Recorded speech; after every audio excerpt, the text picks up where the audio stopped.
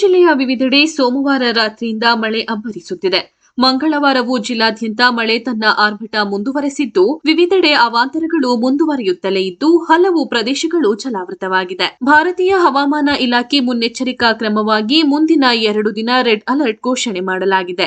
ಜಿಲ್ಲೆಯಲ್ಲಿ ಮಂಗಳವಾರ ಬೆಳಗ್ಗೆ 8:30ಕ್ಕೆ ಕೊನೆಗೊಂಡಂತೆ ಕಳೆದ 24 ಗಂಟೆ ಅವಧಿಯಲ್ಲಿ ಸರಾಸರಿ 117.40 ಮಿಲಿಮೀಟರ್ ಮಳೆಯಾಗಿದೆ. ಕಳೆದ ವರ್ಷ ಇದೇ ದಿನ 5.50 ಮಿಲಿಮೀಟರ್ ಮಳೆಯಾಗಿತ್ತು. ಜನವರಿಯಿಂದ ಇಲ್ಲಿಯವರೆಗೆ ಮಳೆ 2113.05 ಮಿಲಿಮೀಟರ್. ಕಳೆದ ವರ್ಷ ಇದೇ ಅವಧಿಯಲ್ಲಿ 1171.02 ಮಿಲಿಮೀಟರ್ ಮಳೆಯಾಗಿತ್ತು. ಭಾಗಮಂಡಲ 245 ಮಿಲಿಮೀಟರ್ ಮಳೆಯಾಗಿದ್ದು, ಭಾಗಮಂಡಲ ವ್ಯಾಪ್ತಿಯಲ್ಲಿ ನಿನ್ನೆಯಿಂದ ಸುರಿದ ಭಾರಿ ಮಳೆಗೆ ತ್ರಿವೇಣಿ ಸಂಗಮ ಸಂಪೂರ್ಣವಾಗಿ ತುಂಬಿ ಭಾಗಮಂಡಲದ ಭಗಂಡೇಶ್ವರ ಸನ್ನಿಧಿಯ ಮುಂಭಾಗದ ಮೆಟ್ಟಿಲವರೆಗೆ ನೀರು ಆವರಿಸಿದ್ದು, ಪೂಜೆ ಸಲ್ಲಿಕೆ ಮಾಡಲಾಗಿದೆ. ಭಾಗಮಂಡಲ ಸಂಪೂರ್ಣವಾಗಿ ಜಲಾವೃತವಾಗಿದೆ. ಕೆಳಭಾಗದ ನಾಪೋಕ್ಲು ರಸ್ತೆ ಮತ್ತು ಮಡಿಕೇರಿ ರಸ್ತೆ ಮುಳುಗಡೆಯಾಗಿದ್ದು, ಮೇಲ್ಸೇತುವೆ ಮೂಲಕ ಸಂಚರಿಸಬಹುದಾಗಿದೆ. ಮಳೆ ಗಾಳಿಯ ಆರ್ಭಟಕ್ಕೆ ಈ ಭಾಗದ ಜನರು ತೀವ್ರ ಆತಂಕಕ್ಕೆ ಒಳಗಾಗಿದ್ದಾರೆ. ಜಿಲ್ಲೆಯಲ್ಲಿ ಮಳೆಯೊಂದಿಗೆ ಗಾಳಿಯು ಬೀಸುತ್ತಿರುವುದರಿಂದ ನಾನಾ ಭಾಗದಲ್ಲಿ ಮರಗಳು ಬೀಳುತ್ತಿವೆ. ಇದರಿಂದ ವಿದ್ಯುತ್ ಕಂಬಗಳಿಗೆ ಹಾನಿಯಾಗಿದ್ದು,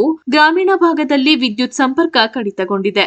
ಅಯ್ಯಂಗೇರಿ ತೋಟದಲ್ಲಿ ಭೂಕುಸಿತವಾಗಿದೆ. ತೀವ್ರ ಮಳೆಗೆ ಜಿಲ್ಲೆಯಲ್ಲಿ ಇದುವರೆಗೂ ಒಟ್ಟು 2454 ಕಂಬಗಳು ಹಾಗೂ 46 ವಿದ್ಯುತ್ ಪರಿವರ್ತಕಗಳು ಮತ್ತು 172